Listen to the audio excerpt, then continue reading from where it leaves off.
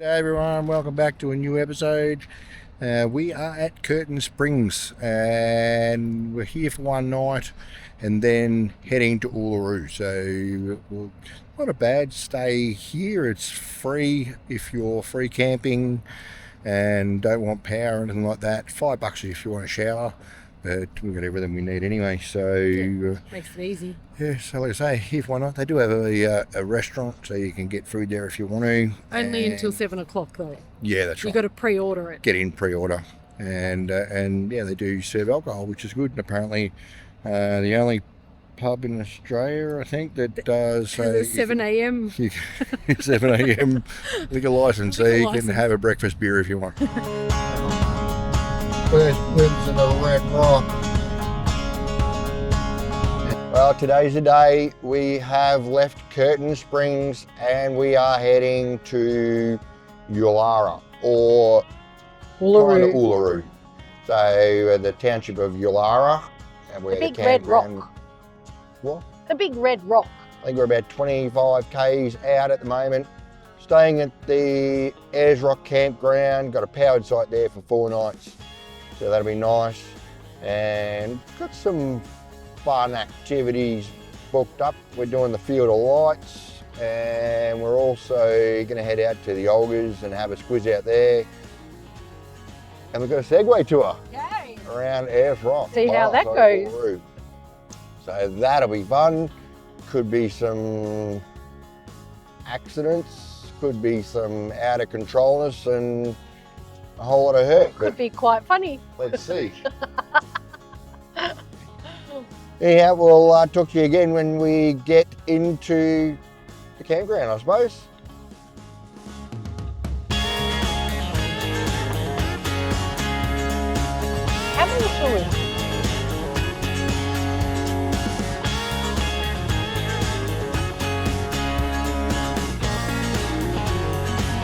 The township of Yulara is essentially the tourist hub. With all the hotels, motels, resort and campground, it's complete with its own IGA supermarket, post office and even a hair salon, so you can look your best while on holidays. Not something I really need to worry about too much. Campground check-in parking.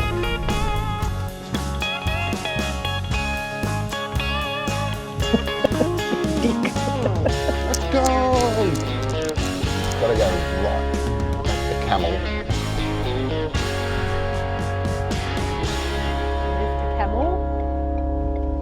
I was gonna go moo, but camels don't moo. There's a fine art to getting your van set up just right. And when you're in a caravan park, it has to be right, because there's always someone watching.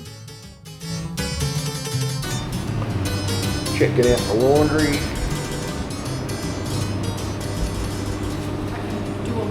Big laundry. Plenty of machines to choose from. 4 by $1 coins. $10 for a dog wash. I wonder which machine you put your dog in. Might be those ones.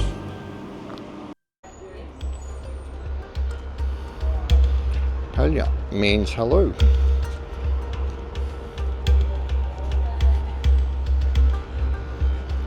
I'm just going in to do some of the free, they have like free activities you can do. There's numerous free activities and talks throughout the day, all around the resort area.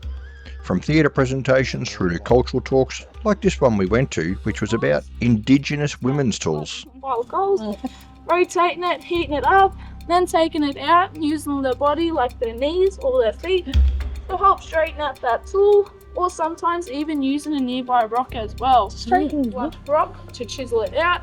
So pretend my hands are sharp forks, my fist is a blunt rock. They're gonna go up to the side of that tree, chiseling it in, going a few inches deep, making the shape of the bowl they need. They're gonna do that all around. Then they're gonna go a little bit deeper up top and on those sides, just to wedge a rock or a stick inside so it can naturally peel itself off. Oh, wow. And if they do get a little impatient and they want the tool sooner, they'll go deeper all around and then take it off. But once they've done that, I'll leave that bowl there, my baby's able to eat, I can still dig for my collections. But then once my baby's belly's all nice and full, it's gonna start yawning, ready for bed, I'll put that bowl to the side. About to have a experience. Like out of the fridge. It's a CC and dry slushy.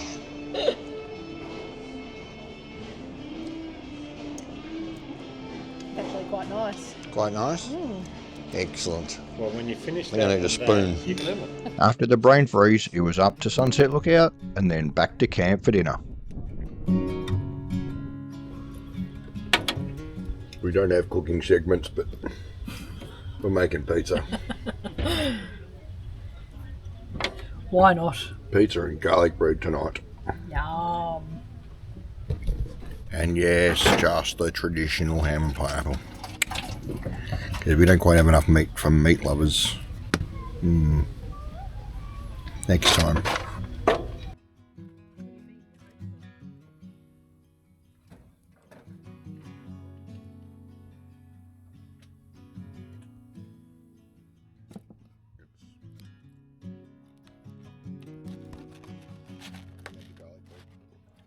Pizza and garlic bread.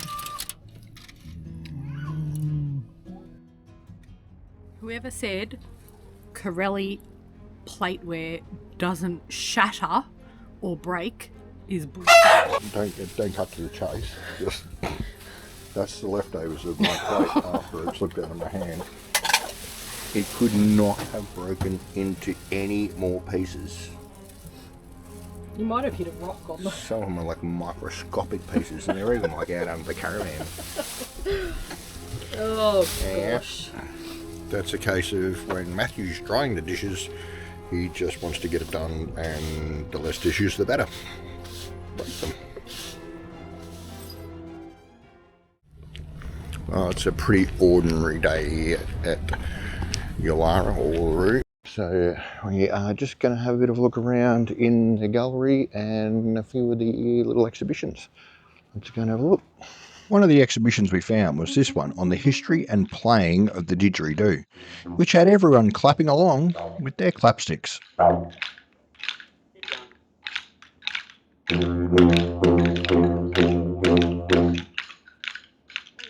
Okay, follow me.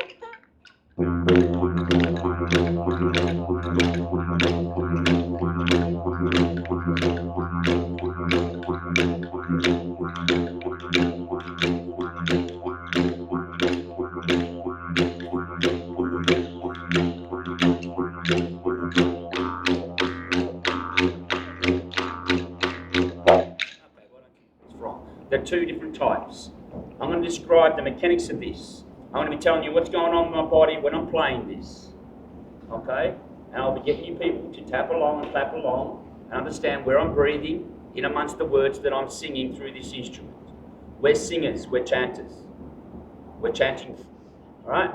That's what we're breathing in butterfly. So let's go for gold. You grab your clapping sticks. When you're doing that instrument, I'll be breathing, okay? That's where I'm breathing when you're clapping, okay? Ready?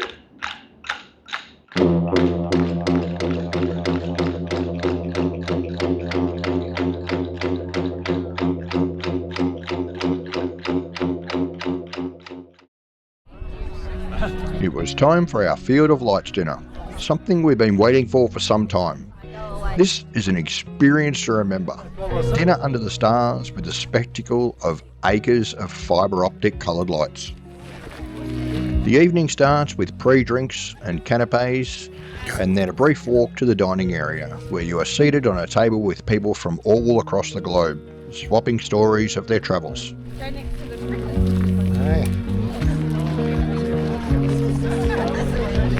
Can't even see the moon in camera, don't we? Main course is a 3-course bush tucker inspired buffet, and we have to say it was exquisite, and we certainly didn't go home hungry.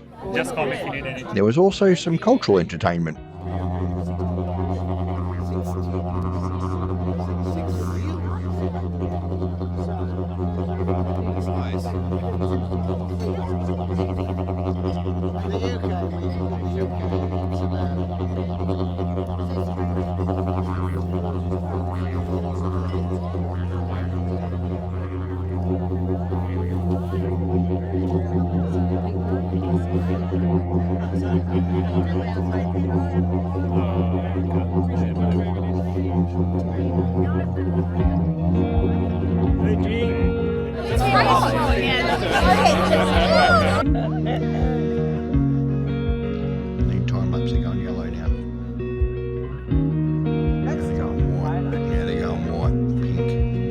I got purples.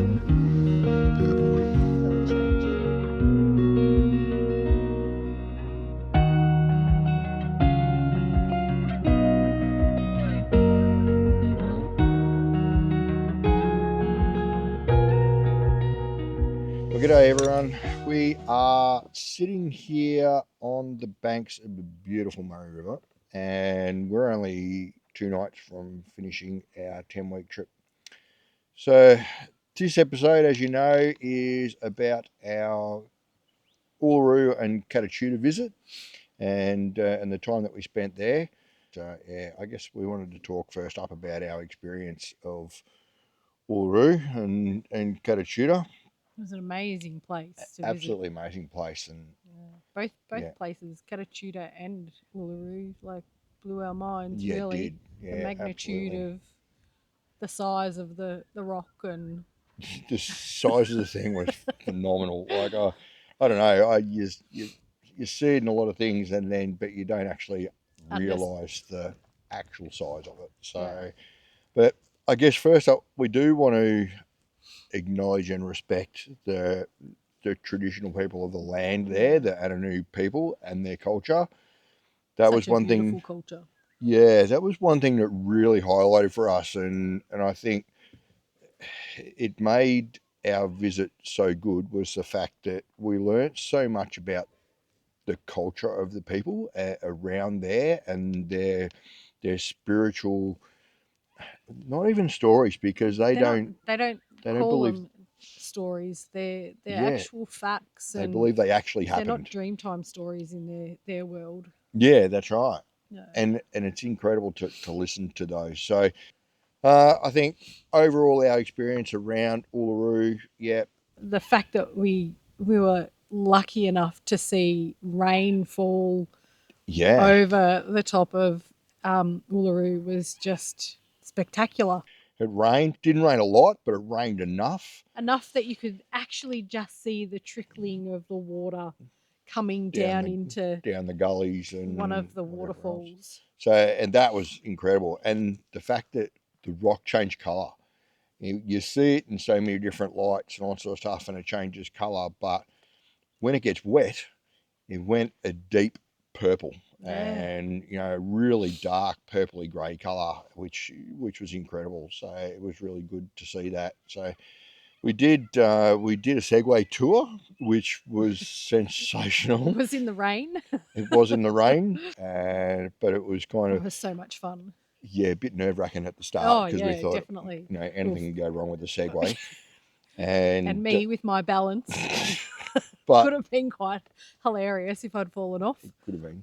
But the Segway tour was sensational. I think once you get the hang of them and you get riding them, I think you shouted out at one stage, "I want to get one of these for home." So, I did. It was fun. Yeah, I could go down the street yeah, that's right. instead of walking. Instead of walking, you Segway up the street to the shops. The guided tour. Yeah, we did a ranger tour like that morning, didn't we? Like at 10 o'clock in the morning. Yeah. With Ranger Kieran. They run these free tours, and they leave from the car park, the main car park, where you used to be able to do the climb. 10 o'clock each morning, Ranger turns up and takes you on a tour. Took about two hours. 2 hours, which is unusual. We were lucky enough to get Ranger Kieran, and he has lived with the Ananu culture and people for the last 25 years. And let me tell you, he knew his stuff. Yeah. He was so full of knowledge and experience that it was just crazy, and it was so nice to listen to. Yeah. And he was easy to listen to. He wasn't boring at all. And he got there was 100 of us on the tour, and even he couldn't believe how many people had actually turned up for his tour, because it wasn't exactly warm either, was it? No, it was cold, and I think it started lightly raining at one point, and lucky enough we were in a spot where we could all shelter. Get it. It was awesome. So it's worth doing those free cultural tours, because they really do. It explains so much to us about the importance of they're no photo zones and they're no video zones as to why you can and why you can't in different areas. And the amazing thing to me was, and when we actually looked at it, is that nearly the whole, I think it's the eastern end of Uluru, is a no photograph zone and no video zone. So, and I'll see if I can put the map up and show you, but it is incredible to see how much of the rock you can't actually video or take photos of because of the spiritual nature of that end and their sacred sites. There's sacred men's sites and sacred women's sites, and yeah, so there's a fair chunk of it, and you've got to respect that. Look, I guess it's one of those things. It's their culture, and it's the history. So we've kind of got to respect it. But what we learnt, and in the few days that we were there, yeah, we could totally respect. Yeah, we learned why you respect it. Yeah, and it was very different. Like Uluru, the areas around Uluru, really well marked. Like I've got to say, well marked for where you can and where you can't take photos. Oh, absolutely. Literally in the walk around, if you do the lap around and you are walking, or if you're doing any of those walks, there's a sign that will actually say no photos to the left of this sign. Yeah. And basically it's no photos or video for the left of that sign until you reach the next sign that says no photos or video to the right of this sign. So it's really clear, good size. Good signposting. Yeah. Absolutely. Not like Kata-Tjuta. Kata-Tjuta. Yeah, so the ones at Uluru were huge, and they told you about that particular section and why you can't take photos of it. And I suppose as an example, and I think it was Ranger Kieran that pointed it out, was that the issue is that if people take photos and video of those particular areas, let's say it's a women's only area, and you take photos and video of it, it goes on social media or goes on in a public forum or whatever else, and a member of the Ananu people or culture sees those images, they're actually going against their culture. And even he said that Ananu people or women, when they go past a men's site, won't even look at it. They'll turn away until they've actually got around and got out the other side and away from that area. So they take it seriously. We've got to take it seriously. It is actually a culture that we need to respect. So we need to learn more about it. I think the more that we learn about the Indigenous culture, the more we will understand it and have a little bit more respect for their culture. Yeah, and teach it in schools. We should be teaching this to kids. Fair income. Definitely teaching. So, why are we teaching them the French Revolution and whatever else? It's got nothing to do with us. Teach them about Australian culture and the Aboriginal culture from this land, and we might actually fully understand it more. But when we go back to the photos and the videos zone, we're going to get a bit off track. But Kata-Tjuta, very different.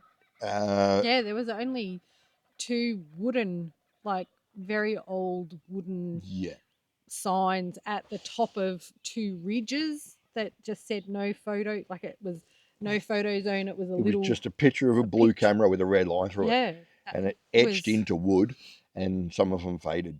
We found a lot of young people couldn't even see or didn't even take notice. Didn't even understand what they were. They were taking photos and video and whatever else like mad.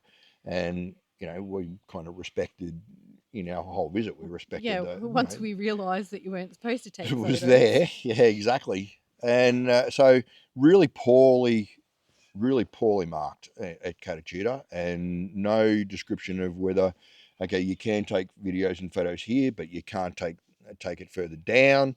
Where does that section stop where you can't take photos or video? Where does it start again? So really, I don't know, poorly marked. We'll try and pull up a map that shows you the area that you can't take photos, which is 90% of the walk.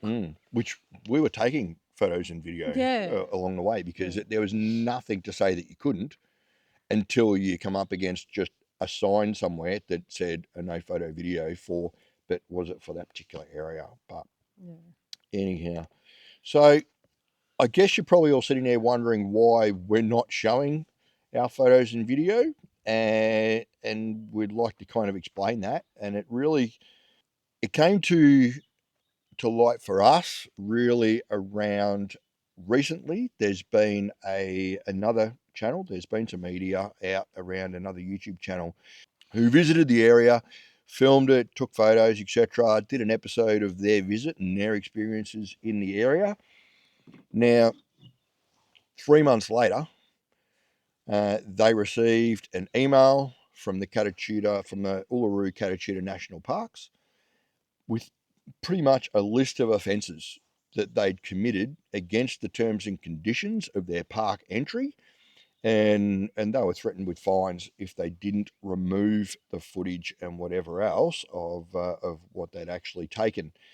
Now, for us, we did everything possible, and I know they did as well, and they've documented that recently, did everything physically possible. They looked at where and abided by the rules for where they could and couldn't take photos, and where it was marked and where it was signposted, both in Uluru and Kata-Tjuta. Kata-Tjuta did all the right things there, and so didn't post any of that, didn't put any of that in their YouTube clips, etc. But they put some of other stuff, where they can take video and photos. So they put that up and whatever.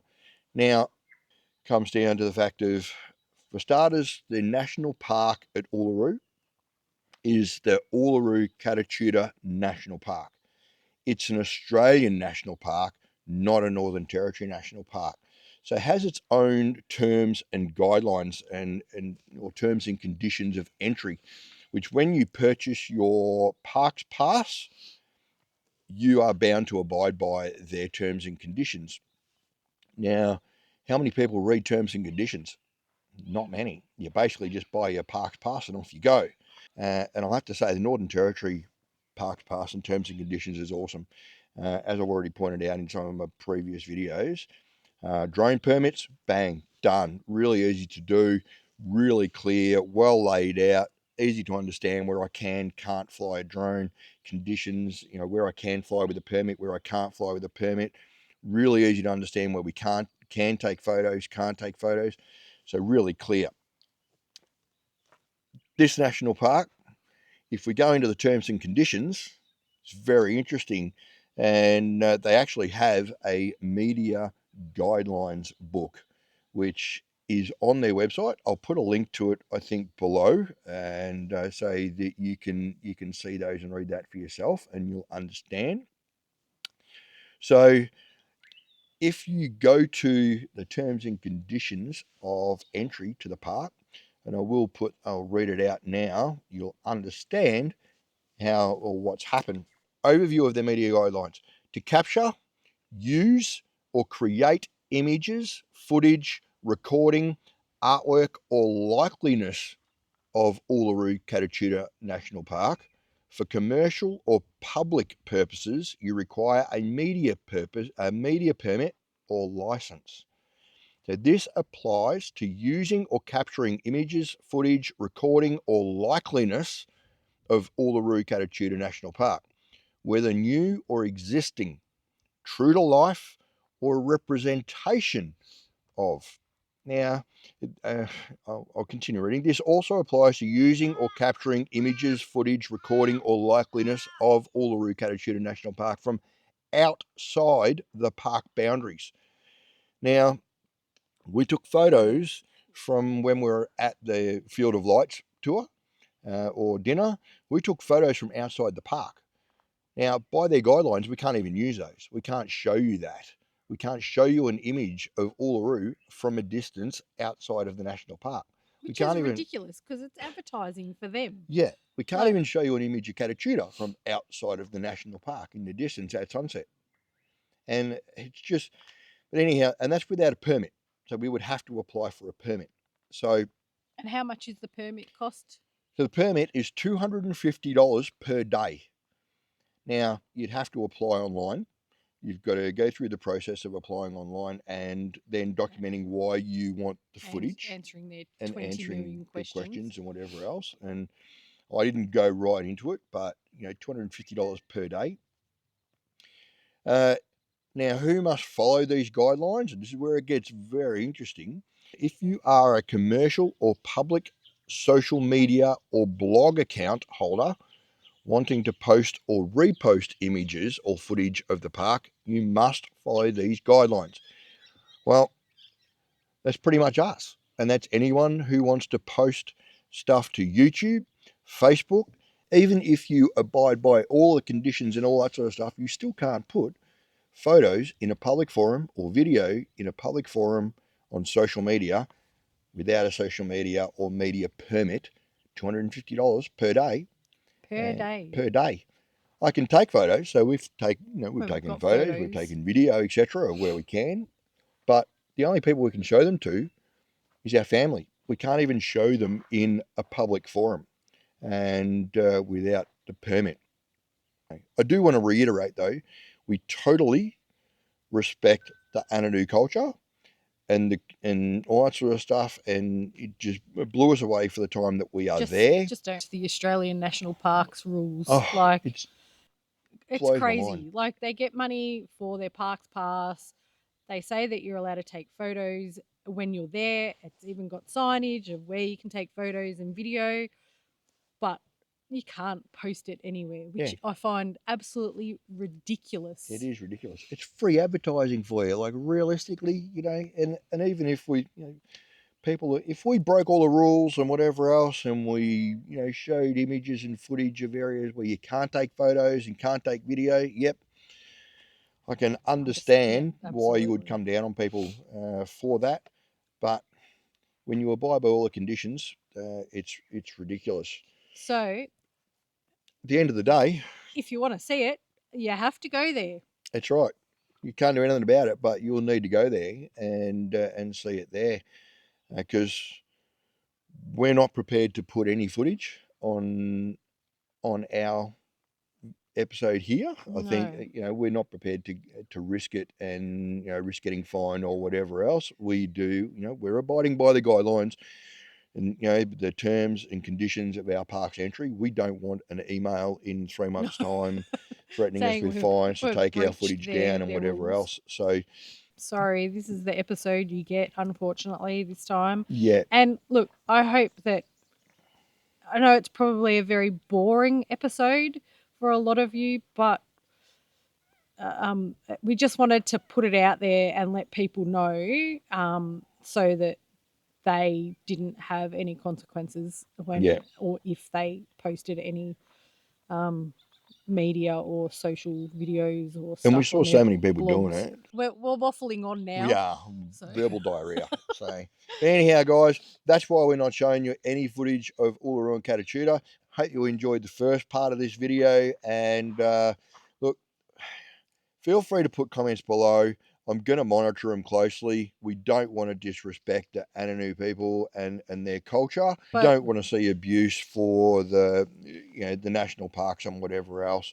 But we just wanted to highlight how frustrated we are that we can't actually share our experience at Uluru and Kata-Tjuta, even if we were respecting their no photo, no video areas as well.